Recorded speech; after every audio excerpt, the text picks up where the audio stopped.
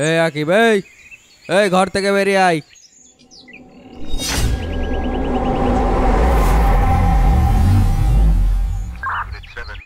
কি ব্যাপার স্যার, এই সাত সকালে আপনারা আমার বাড়িতে?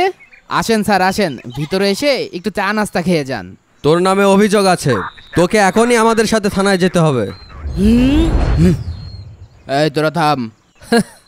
অভিযোগ? তা স্যার আমাকে কি থানা পর্যন্ত নিয়ে যেতে পারবেন? তুই কি আমাকে চ্যালেঞ্জ করছিস? তোর মতো 2-4টে মস্তানকে আমি প্রতিদিন থানায় নিয়ে তবা পড়াই। এই চল থানায় চল। আস্তে স্যার, কলারটা ছেড়ে কথা বলেন। কিরে, তোর এত বড় সাহস, তুই থানার এসআই স্যারের সাথে চোখ গরম করে কথা বলছিস? দাঁড়া, তোর আজকে থানায় নিয়ে যায়, তারপরে তোর মজা দেখছি। খুব ভয় পাইছি স্যার, খুব ভয় পাইছি।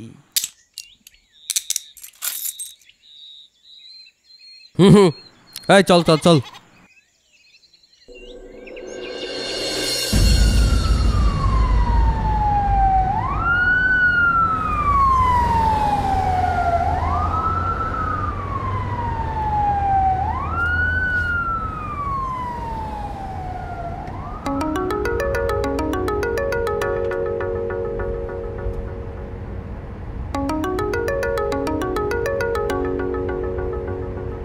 কি ব্যাপার, এসপি স্যার এই সময় কল দিচ্ছে?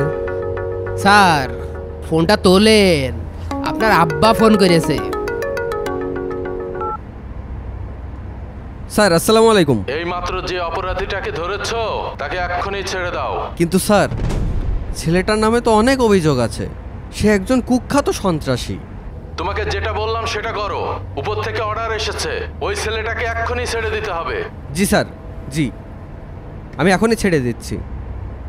এই ড্রাইভার, গাড়ি থামাও। কি ব্যাপার স্যার, গাড়ি থামাতে বললেন যে? আকিবকে ছেড়ে দিতে হবে।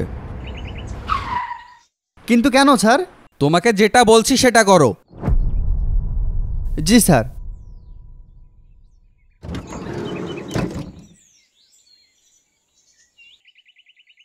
এই তুমি ওর হ্যান্ডকাফ খুলে দাও।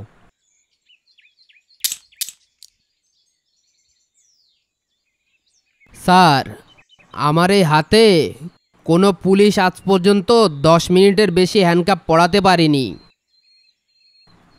যা, এই যাত্রায় বেঁচে গেলি।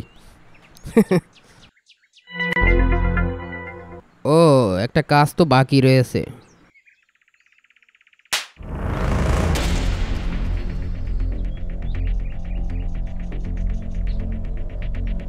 স্যার এটা কি হলো? তোর স্যার কি বলবে, আমার কথাই শেষ কথা।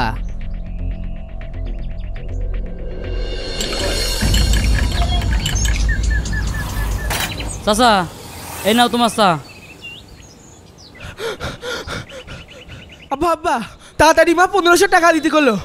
দাদির তো অবস্থা খুব খারাপ। কে রে বাপ, তোর দাদির কি হয়েছে? সকালে তো ভালো দেখে আসলাম। আব্বা দাদির তো প্রেশার বেড়ে গিয়েছে। দাঁড়া বাপ, দেখি ক্যাশে কয় টাকা আছে। বেশি টাকা তো বেচা কেনা হয়নি, 1500 টাকা হতেও পারে। 1 2 3 5 7 12 13 14 15। এই নে বাপ, তাড়াতাড়ি যা। যাক 1500 টাকা হয়েছে। কিরে আরিফ, গত 2 দিনের চাঁদা মাদা দিচ্ছিস না, কি হয়েছে কি রে তোর? ভাই ভাই আমার মা খুব অসুস্থ ভাই, আমার আর 2 দিন সময় দেন, আপনার সব টাকা একবারে দিয়ে দেবো ভাই। আমার মা খুব অসুস্থ ভাই। এই তোর কি আমার কিস্তিওয়ালা মনে হয় রে? দে টাকা দে। ভাই ভাই দেখেন, আমার একটু দয়া করেন ভাই। ভাই আমার মার খুব শরীর খারাপ ভাই, ভাই আমার একটু দয়া করেন।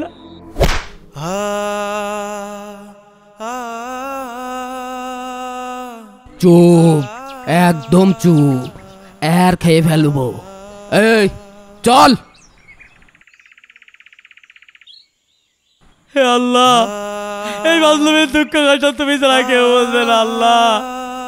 তোমার কাছে আমি জানছিলাম আল্লাহ, তুমি এর বিচার করো।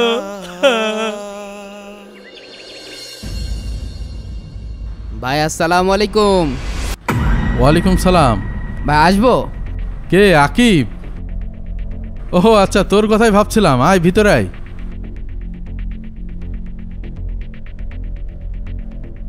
বস। ভাই হঠাৎ ডাকলেন যে, কোনো দরকার নাকি? হ্যাঁ, দরকার তো আছেই। ইনি হলেন ইকবাল ভাই। উনি এসছেন একটা কাজ নিয়ে। ওনাকে একটা বিশেষ কাজ তোকে করে দিতে হবে, পারবি? কি যে বলেন না ভাই, আপনার জন্য তো জানও দিয়ে দিতে পারি। আচ্ছা বলেন কি কাজ? ওই যে উত্তর পাড়ার বাঁশবাগানের মধ্যে একটা পুরাতন বাড়ি আছে না, হুম। ওই বাড়িতে একজন বুড়ো তার নাত ছেলে নিয়ে থাকে। ওই জায়গাটা আমাদের দরকার। তোর কাজ হলো ওই বুড়োকে ওই বাসার থেকে বের করে দিতে হবে। ঠিক আছে ভাই, হয়ে যাবে নে, ও নিয়ে আপনি কোনো টেনশন করেন না। এই চল।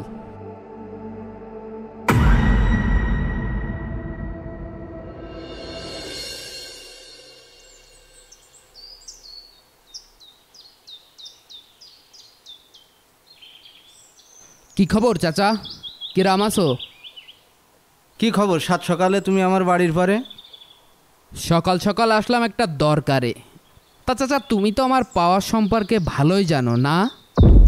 আমার নেতার তোমার এই জায়গাটা খুব পছন্দ হয়েছে। আমার কাছে আবদার করেছে এই জায়গাটা খালি করে দেওয়ার জন্য। তাই সকালবেলা তোমার বাড়ি আসলাম। না বাবা, আমার বাপের ভিটটা ছেড়ে আমি কোথাও যাব না বাবা, কোথাও যাব না। এই দিবি না মানে? তুই দিবি, তোর বাপ দেবে। না দিলে তোর এখানে জাইন তো পিতে ফেল দেবো। এই স্ট্যাম্প পেপার দে।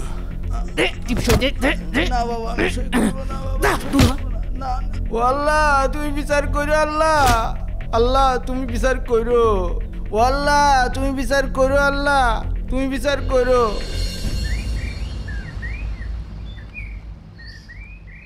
কিরে তোরা এখানে বসে আছিস, তা কাজ কাম করা লাগবে না নাকি? ভাই আপনার জন্যই তো সেই সকাল থেকে বসে আছি। তা মালপাতি কি এনেছেন? হ্যাঁ, এই মাত্রই মালপাতি সব নিয়ে আসলাম। তোরা এক কাজ কর, একটু নাস্তা পানি নিয়ে উত্তরপাড়া বাঁশবাগানের নিচে চলে আয়। ঠিক আছে ভাই, আপনি যান, আমরা এক্ষুনি আসছি।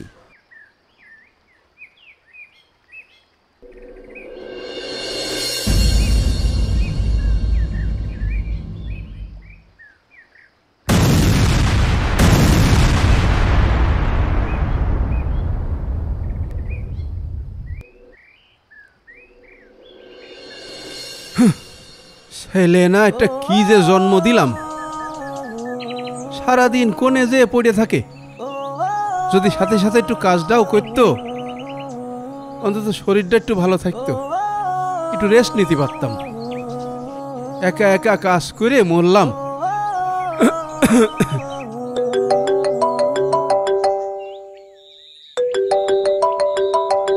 এই অসময় আবার কি ফোন করলো?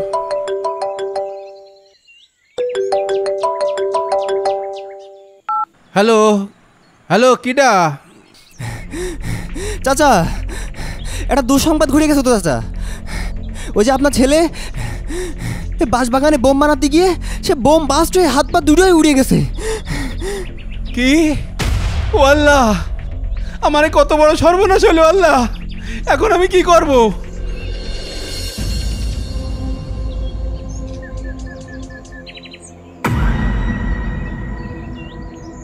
স্যার স্যার, ওই যে উত্তরপাড়া আকিব আছে না, ও বাঁশবাগানের ভিতরে বোম বানাতে গিয়ে ওর হাত পা উড়ে গিয়েছে স্যার। ও এখন হসপিটালে ভর্তি আছে স্যার। আপনাকে এখনই যেতে বললো, চলেন স্যার। একদম না, এই মুহূর্তে ওখানে যাওয়া যাবে না। সামনে ইলেকশন। এই মুহূর্তে ওখানে গেলে মিডিয়া জানতে পারবে ও আমার লোক, আর তখন পাবলিক সব আমার বিপক্ষে চলে যাবে। জি জি স্যার, তাহলে গাড়িতে ওঠেন।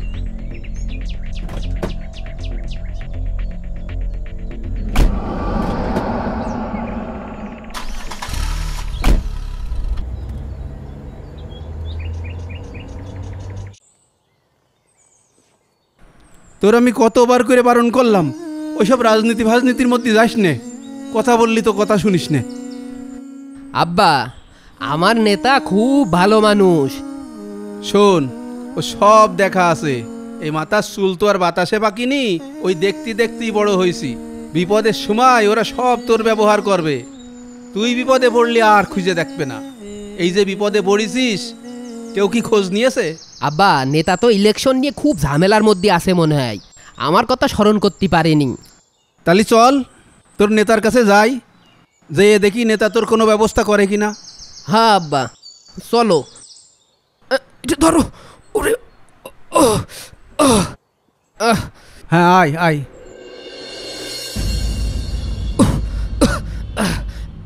এই তো আব্বা নেতার অফিস।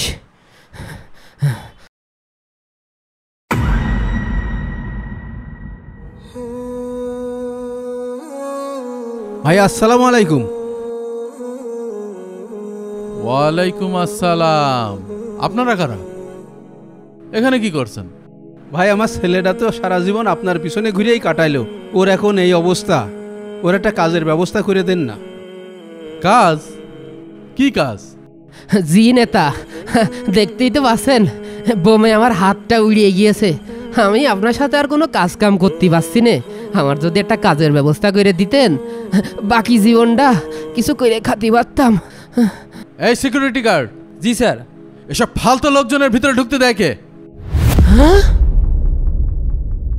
বের করে দাও। এই আসেন, বেরোন। যে নেতার জন্য সারা জীবন দিয়ে দিলাম, সেই নেতা এটা কি বলল? এই বেরোন তো, বেরোন। তোর আগেই বলেছি, এইসব নেতারা বিপদে কারোর সাথে থাকে না, যতক্ষণ তোর কাজে লাগাতে পারবে ততক্ষণ তোর সাথে আছে। হ্যাঁ আব্বা, আমার শিক্ষা হয়ে গেছে, চলো আমরা চলে যাই। সামনে আমার এক বন্ধুর বাড়ি আছে, তোর নেতার কাছে যেয়ে তো কাজ হইল না, ওই বন্ধুর সাথে একটু দেখা করে যাই। আব্বা, জীবনে যা ভুল করেছি, আমার পাপের শাস্তি আমি পাচ্ছি। চল বাপ।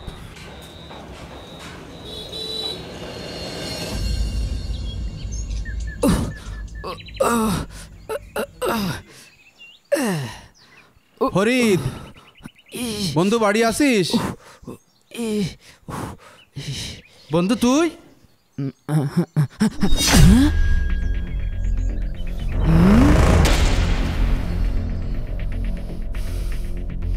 চাচা আপনি? হ্যাঁ চাচা, আমি সারাটা জীবন আমার নেতার সাথে মিশে কত নিরীহ মানুষকে যে মারিছি, বাপ বয়সী লোকেরও মারিছি, আমার বয়সী লোকেরও মারিছি, এ আমি গুনে শেষ করতে পারবো না। কয়েকদিন আগে একটা দুর্ঘটনায় আমার একটা হাত উড়ে গেছে। আমি আপনার সাথেও অন্যায় করেছি চাচা, চাচা আমার মাফ করে দিয়েন। শোনো বাপ, তুমি সেদিন আমার ভিটে বাড়ি কেড়ে নিয়েছো, আমি কারুর কাছে বিচার পাইনি, আল্লাহর কাছে বিচার দিয়েছিলাম, আল্লাহ আমার বিচার করে দিয়েছে।